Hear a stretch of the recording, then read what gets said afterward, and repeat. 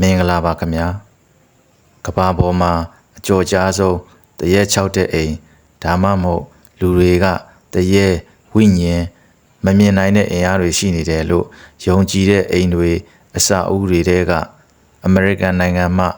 Amityville ဆိုတဲ့အိမ်အကြောင်းကိုတင်ဆက်ပေးသွားပါမယ်ဒီ Amityville ဆိုတဲ့အိမ်ကတော့အမေရိကန်နိုင်ငံနယူးယောက်မြို့အနားကရှည်လျားတဲ့ကျွန်းတစ်ခုပေါ်မှာရှိတဲ့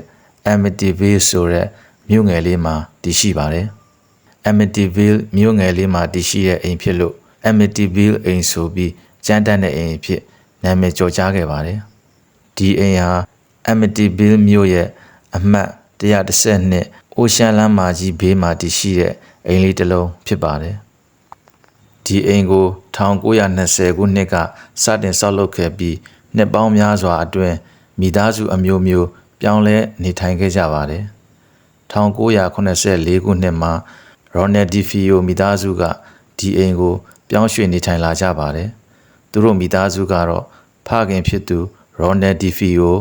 မိခင်လူးဝစ်ဒီဖီယိုနဲ့ကလေး9ယောက်အပါအဝင်စုစုပေါင်း9ယောက်နေထိုင်ကြပါတယ်။1984ခုနှစ်နိုဝင်ဘာလ23ရက်နေ့ညအဲ့ဒီညမှာတအိမ်လုံးအေးဆေးတိတ်ဆိတ်နေပါတယ်မိသားစုဝင်တွေဟာသူတို့ရဲ့အိပ်ယာထဲမှာအသီးသီးအိပ်ပျော်နေကြပါတယ်ဒါပေမဲ့မနေ့3:15 AM လောက်မှာအရာအလုံးပြောင်းလဲသွားခဲ့ပါတယ်တာအကြီးဆုံးဖြစ်သူဂျူနီယာရော်နယ်ဒီဖီယိုဟာ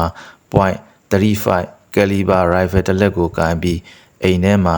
လှည့်လည်သွားလာနေခဲ့ပါတယ်ဒီနောက်ဖခင်နဲ့မိခင်ကိုပထမဆုံးပြစ်ခတ်တပ်ဖြတ်လိုက်ပါတယ်။နောက်တစ်ဆင့်မှာမောင်နှမတွေကိုတယောက်ပြီးတယောက်အိတ်နေစဉ်မှာပဲပြစ်တက်ခဲ့ပါတယ်။စုစုပေါင်းမိသားစုဝင်6ယောက်အဲ့ဒီညမှာပဲသေဆုံးသွားခဲ့ပါတယ်။ဒီအမှုမှာထူးထူးဆန်းဆန်းအချက်တွေရှိနေပါတယ်။တနတ်တန်ကအရန်ကျဲပေမဲ့အိမ်နီးနားချင်းတွေကလုံးဝမကြားခဲ့ကြပါဘူး။လူ6ယောက်လုံးဟာအိယာပေါ်မှာမလှရှားပဲတွေ့ကြရပါတယ်။တရားမှမလွတ်မြောက်ဖဲတိတ်တဆိတ်တည်ဆုံသွားခဲ့ကြပါတယ်။ဒီချက်တွေကယနေ့တိုင်မရှင်းလင်းနိုင်သေးတဲ့လျှို့ဝှက်ချက်တွေဖြစ်နေပါတယ်။ပြစ်ခတ်တပ်ဖြတ်တဲ့တာအကြီးဖြစ်သူဂျူနီယာရော်နယ်ဒီဖီယိုရဲ့ပြောဆိုချက်တွေကတော့သူမသိတဲ့လူတွေကဝင်ပြီးတတ်သွားတယ်လို့ပြောခဲ့ပါတယ်။ဒါပေမဲ့နောက်ဆုံးမှာတော့သူကိုယ်တိုင်လုပ်ခဲ့တာကိုဝန်ခံလိုက်ပါတယ်။တချို့အချိန်တွေမှာတော့သူကအတန်တွေကသူ့ကိုလှုပ်ဖို့တိုက်တွန်းခဲ့တယ်လို့ပြောခဲ့ပါတယ်။ဂျူနီယာရော်နယ်ဒီဖီယိုကိုတရားရုံးမှာစစ်ဆေးပြီးအပြစ်ရှိကြောင်းသတ်မှတ်ခဲ့ပါတယ်။သူဟာထောင်ဒဏ်တစ်သက်ချမှတ်ခံခဲ့ရပြီး69နှစ်အရွယ်ရောက်တဲ့2021ခုနှစ်မှာထောင်ထဲမှာပဲတည်ဆုံးခဲ့ပါတယ်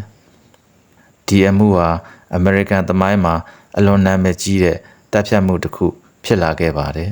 ။ဒီဖီယိုမိသားစုတပ်ဖြတ်မှုဖြစ်ပြီးတစ်နှစ်ကျော်ကြာအောင်ဒီအိမ်ဟာလုံးဝလူမနေခဲ့တဲ့နေရာတစ်ခုဖြစ်ခဲ့ပါတယ်။ဒါပေမဲ့1985ခုနှစ်ဒီဇင်ဘာလမှာဒီအိမ်ကိုမိသားစုတစ်ခုပြောင်းရွှေ့လာကြပါတယ်။သူတို့ကတော့ဂျော့ချ်နဲ့ကီတီလင်မယားဖြစ်ပြီးသူတို့နဲ့အတူကလေး3ယောက်တို့ဖြစ်ကြပါတယ်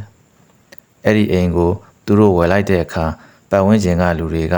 ဒီအိမ်မှာမိသားစုတစ်ခုလုံးတည်ဆုံသွားကြတယ်လို့ပြောကြပေမဲ့ဂျော့ချ်နဲ့ကီတီတို့ဟာအိမ်တစ်လုံးအမြန်လိုချင်နေကြတာကြောင့်အဲ့ဒီအတိတ်သမိုင်းကိုမစိုးရိမ်ခဲ့ကြပါဘူး။ဈေးကလည်းအရန်ချိုပြီးတခြားအိမ်တွေထက်ဈေးအနည်းဆုံးနဲ့ရခဲ့ကြပါတယ်။သူတို့မိသားစုဟာစတင်ပြောင်းရွှေ့လာပြီးအိမ်ထဲကိုဝင်တဲ့နေ့မှာပဲတခုခုမူမမှန်သလိုခံစားကြရပါတယ်။တချို့အခန်းတွေမှာအရန်အေးဆက်နေတယ်။အိမ်ထဲမှာအရင်မိသားစုရဲ့ပစ္စည်းတွေတောင်ရှိနေသေးပါ။သူတို့ရဲ့မိတ်ဆွေတယောက်က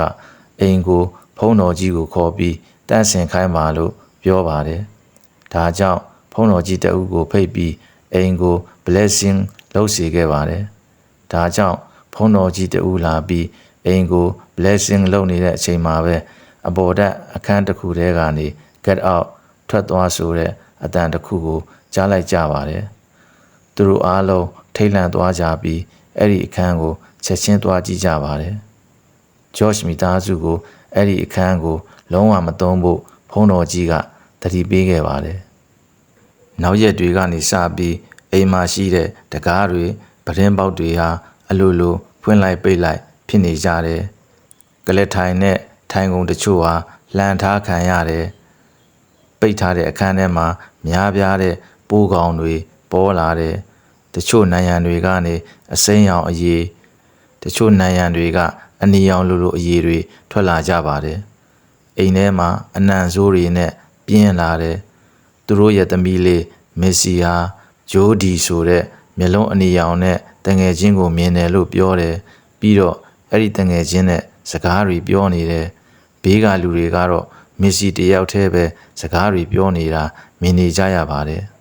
။ George ကလည်းညတိုင်းပဲမနေ့3:15လောက်ဆိုလန့်နိုးလာလေးရှိတယ်။အဲ့ဒီချိန်ဟာ DPO မိသားစုအသက်ခံခဲ့ရတဲ့အချိန်လို့လည်းပြောကြပါတယ်။ George ဟာတနေ့ထက်တနေ့စိတ်မတည်မငြိမ်ဖြစ်လာသလိုအိမ်ကလူတွေအားလုံးဟာလည်းပြောင်းလဲနေသလိုဖြစ်နေကြပါတယ်။နောက်ဆုံး1986ဇန်နဝါရီလ14ရက်နေ့မနေ့9နာရီမှာသူတို့မိသားစုအားလုံးဟာအဝတ်အစားတွေပစ္စည်းတွေအားလုံးကိုတော့မယူနိုင်ပဲထွက်ပြေးသွားခဲ့ကြပါတယ်။သူတို့ပြန်ပြောတာကဒီအိမ်ထဲမှာလူမဟုတ်တဲ့အရာတွေမမြင်နိုင်တဲ့အရာတွေရှိနေတယ်ဒီအိမ်ထဲမှာနေရင်ကိုမဟုတ်တော့ဘူးခံစားရတယ်လို့ဆိုပါတယ်။ဒါကြောင့် George တို့မိသားစုဟာဒီအိမ်မှာ28ရက်ပဲနေရပြီးထွက်ပြေးသွားခဲ့ရခြင်းဖြစ်ပါတယ်။ဒီဖြစ်ရမှဇာတ်လမ်းကိုပြန်ရိုက်ကူးထားပြီး1989ခုနှစ်ကထွက်ရှိခဲ့တဲ့ The Amityville Horror ဇာတ်ကားကြောင့်လဲဒီအိမ်ဟာပိုပြီးနာမည်ကြီးကျော်ကြားလာခဲ့ပါတယ်။ဒီလိုကဘာပေါ်ကဖြစ်ရမှန်အကြောင်းအရာတွေကိုဆက်လက်တင်ဆက်ပေးသွားမှာမလို့ကျွန်တော်ရဲ့ channel လေးကို like and subscribe လေးလုပ်ထားပေးကြပါအောင်နော်အားလုံးကိုကျေးဇူးတင်ပါတယ်